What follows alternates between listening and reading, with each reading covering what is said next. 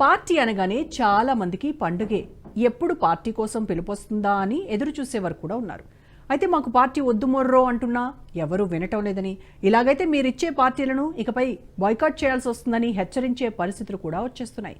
ఇఫ్తార్ party అని చెప్పి ఆ పార్టీ మొత్తాన్ని రాజకీయాల మయం చేయడాన్ని కాంగ్రెస్లోని పలువురు ముస్లిం నాయకులే అసహ్యించుకునే పరిస్థితి తలెత్తింది. సామాన్యుడు చెల్లించే ట్యాక్స్తో ప్రజా సంక్షేమ కార్యక్రమాలు నిర్వహించే ప్రభుత్వం ఇలా ఇఫ్తార్ పార్టీ పేరు చెప్పి కోట్లాది రూపాయల సొమ్మును తగలేయడం ఏమాత్రం స్వాగతించదగ్గ విషయం కాదంటున్నారు. కాంగ్రెస్లోని కొందరు నాయకులు ఇలా ఇఫ్తార్ విందుపై తిరుగుబాటు చేయడం గత సంప్రదాయానికి పూర్తి భిన్నమైందిగా భావిస్తున్నారు. ఏ ఒక్క పేద ముస్లిం కూడా ప్రభుత్వం ఇచ్చే ఇఫ్తార్ విందు కోసం ఎదురు చూడటం లేదని వారంటున్నారు. మరి ఇఫ్తార్ విందుపై తలెత్తిన ఈ వ్యతిరేకత మిగతా ముస్లిం సమాజానికి ఓ మార్గదర్శి అవుతుందా?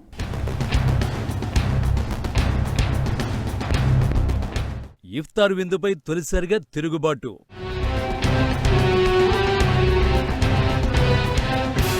70 కోట్లు వృధా అయ్యాయంటున్న ముస్లిం నాయకులు.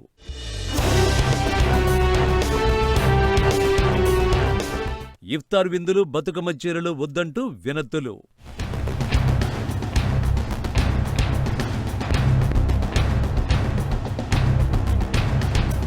తెలంగాణలో ఈ మధ్య కొంతకాలంగా ఓ సరికొత్త ఆలోచన మొదలైందనే అభిప్రాయాలు వినిపిస్తున్నాయి. కాంగ్రెస్ పార్టీ అనుసరిస్తున్న ఏకపక్ష సెక్యులరిజంలోని డొల్లతనం ఈ సమాజానికి మంచిది కాదనే అభిప్రాయమో, లేక ప్రభుత్వ సొమ్మును ఇలా మతం పేరిట వృధా చేసి డబ్బున్న ధనవంతుల మెప్పు కోసమో, మెహర్బానీ కోసం పాకులాడటాన్ని ఇక ఎంతమాత్రం సహించలేని అసహనమో తెలీదు. కానీ కాంగ్రెస్ పార్టీలోని కొంతమంది ముస్లిం నాయకుల్లో ఓ సహేతుకమైన ఆలోచన మొదలైందన్న అభిప్రాయాలు క్రమంగా బలపడుతున్నాయి.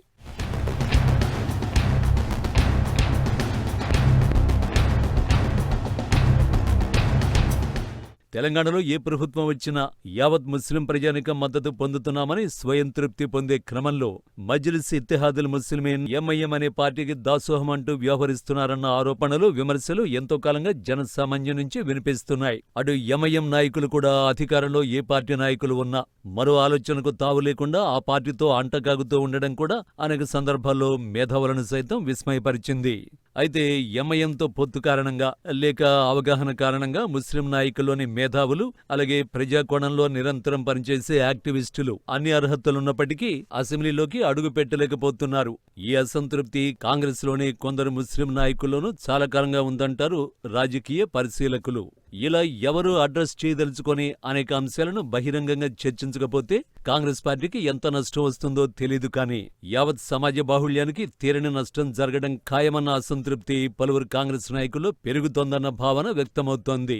ఈ క్రమంలోనే ఈసారి ఇఫ్తార్ విందుకు వ్యతిరేకంగా కాంగ్రెస్ పార్టీలోని పలువురు ముస్లిం నాయకులు గళమెత్తడం చర్చాంశంగా మారింది. తెలంగాణ ప్రభుత్వం ఆధ్వర్యంలో ఈ సంవత్సరం ఇఫ్తార్ పార్టీ ముగిసినా కూడా ఇలాంటి పార్టీలకు ఇకనైనా స్వస్తి పలకాలన్న వాదన మాత్రం పలువురు ముస్లిం నాయకులు బలంగా వినిపించడమే ఇప్పుడు చర్చకు దారితీస్తోంది. ఇదంతా వృధా, వట్టి పబ్లిసిటీ కోసం పైసలన్నీ దండిగా. ఇప్పుడు బతుకమ్మ పండుగ కూడా ఎవల ఆ పూలు వాళ్ళు తెచ్చుకుంటారు, పేర్చుకుంటారు, చేసుకుంటారు. బతుకమ్మకు చీరలెందుకు, ఆ పంచుడెందుకు, ఆ నానా తతంగాలు. అంటే అందరేమన్నా బిచ్చపోల లెక్క చీరలు ఇచ్చి, మీరు పెద్ద రాజుల లెక్క మీరు దానం చేసి చీరలు ఇచ్చే బాపత మా పైసలతో మా చీరలే ఇస్తున్నారు. దానికి అన్నన్ని కోట్లు కేటాయించి దాంట్లో మొత్తం ఎంత స్వాహ అవుతుంది, ఎంత పబ్లిక్ వస్తుంది, అది అందరికి తెలిసిన విషయమే. కాబట్టి ఈ వేదిక ద్వారా నేను చెప్పేది ఏంటంటే, ఈ ఇఫ్తార్ విందులు ముస్లింలు అడగట్లేదు, ఎవ్వరు కూడా మీకు మీరే ఇస్తుండ్రు. ఆడ గట్టిగా మీ పెద్ద లీడర్లు అందరూ ప్రమోషన్ చేసుకుంటున్నారు. వాళ్ళ కింద ఉన్న కార్యకర్తలు పార్టీ వాళ్ళకే పిలుచుకుంటారు, అన్ని పార్టీలోళ్ళు. ఆ విందుకు పబ్లిక్ మనీ ఎందుకు స్పెండ్ చేస్తుండ్రు? మీకు దమ్ముంటే మీ దగ్గర పైసలు ఉన్నాయి కదా, మీ సొంత పైసలతో ఇఫ్తార్ పార్టీ ఇవ్వండి. గవర్నమెంట్ పైసలతో ఎందుకు చేస్తుండ్రు ఇఫ్తార్ విందు అనేది మా అభిప్రాయం. అయితే ముస్లింల అయ్యి ఉండి ఇఫ్తార్ పార్టీ వద్దంటుండ్రు, వీళ్ళు మూర్ఖులా అని మీరు అనుకోవచ్చు గాక. మూర్ఖత్వం అయినా పర్వాలేదు, మాకొద్దు ఇఫ్తార్ పార్టీ. వచ్చే రంజాన్ నుంచి అయినా ముస్లింలకు ఇఫ్తార్ విందు అవసరమే లేదు. మీరు వ్యక్తిగతంగా మీరు ఇచ్చుకోండి, అది మీ పైసలతో ఇవ్వండి. ప్రభుత్వ సొమ్మును వృధా చేయకండి.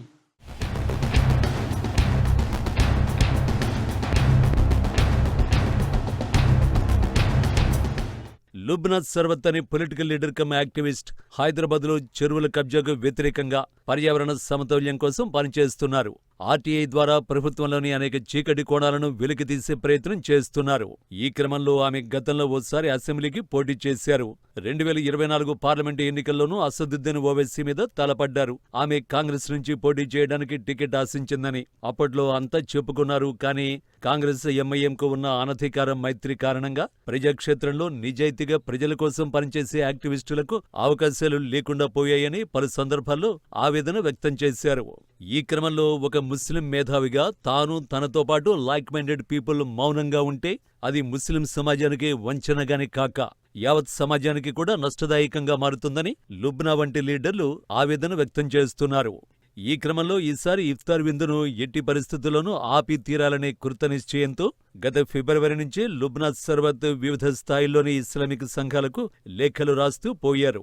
ఇఫ్తార్ పార్టీని ప్రభుత్వం తరఫున నిర్వహించరాదని సీఎం రేవంత్ రెడ్డిని కోరాలని ఇస్లామిక్ సంఘాలకు బహిరంగ లేఖలు కూడా రాశారు. అటు రేవంత్ రెడ్డికి సైతం లుబ్నా సర్వత్ ప్రభుత్వ నిధులతో ఇఫ్తార్ విందు నిర్వహించరాదని నేరుగా లేఖ రాశారు. పేద ప్రజల కష్టార్జితంతో కట్టే పన్నులతో ప్రభుత్వాలు ఇఫ్తార్ విందుల పేరిట కోట్ల రూపాయల ప్రజాధనాన్ని దురుపయోగం చేయరాదని బహిరంగంగానే గళమెత్తడం అందరినీ ఆకర్షించింది.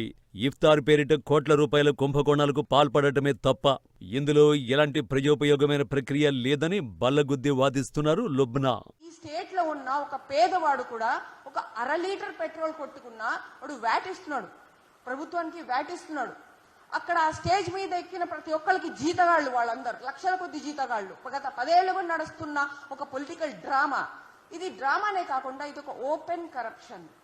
ఎందుకంటే మైనారిటీ వెల్ఫేర్ అని చెప్పి అక్కడ ఎవరి వెల్ఫేరు ఎవరూ అంచనా వేయలేకపోతున్నారు.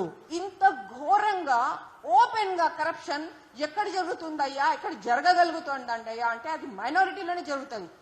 ఎందుకంటే మైనారిటీలో సరి అయిన దారి చూపించి అడ్వైస్ ఇచ్చేవాళ్ళు ఆ ప్రభుత్వంలో కూడా, కేసీఆర్ ప్రభుత్వంలో కూడా లేరు, ఈ కాంగ్రెస్ ప్రభుత్వంలో కూడా లేరు. ఉంటే ఈ రోజు ఈ దావత్ ఇఫ్తార్ జరిగేది కాదు, ఇక్కడ మనం ఉండేవాళ్ళం కాదు.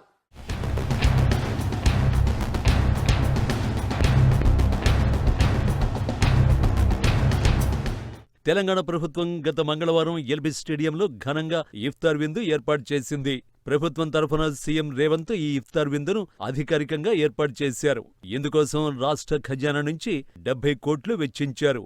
ఇంత భారీ స్థాయిలో ప్రభుత్వ నిధులు కేటాయించడంపై ముస్లిం మేధావులు మాత్రమే కాక కాంగ్రెస్ లో యాక్టివ్ గా ఉన్న పలువురు నాయకులు సైతం తీవ్ర స్థాయిలో విభేదిస్తున్నారు. ఆ నిధులను కనీసం మైనారిటీల విద్యావకాశాల పెంపు కోసమైనా ఖర్చు చేస్తే ప్రయోజనకరంగా ఉండేది అంటున్నారు. జస్టిస్ చంద్రకుమార్ వంటి విశ్రాంత న్యాయమూర్తులు కూడా ఈ ప్రక్రియను తీవ్రంగా వ్యతిరేకిస్తున్నారు. ప్రతి పైసా వేస్ట్ అవ్వకూడదు. 70 కోట్లు ఒక్క రోజులో ఖర్చు అంటే అదే 70 కోట్లు ఇవ్వండి, మహిళలకు ఇవ్వండి, మహిళలకు ఇల్లు కట్టించివ్వండి, మహిళలకి ఇంత 50 గజాలు 100 గజాలు ప్లాట్లు ఇవ్వండి, మహిళలకు ఉద్యోగాలు ఇవ్వండి, మహిళలకి ఉపాధి పథకాలు కల్పించండి.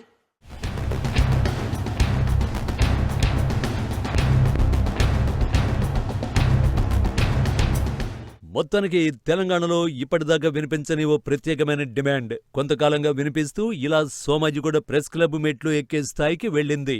మరి రాజకీయ నాయకులు తమ పేరు ప్రఖ్యాతుల కోసం, ఓల్డ్ సిటీలో బలంగా కనిపిస్తున్న ఎంఐఎం నేతల మెప్పు కోసం అసలైన పేద ప్రజల్ని వదిలేసి కోట్ల రూపాయల ప్రజాధనాన్ని ఇన్ని ఆడంబరాలకు తగలేస్తారా? వచ్చే పండుగ నాటికైనా తమ విధానాలను సమీక్షించుకుంటారా?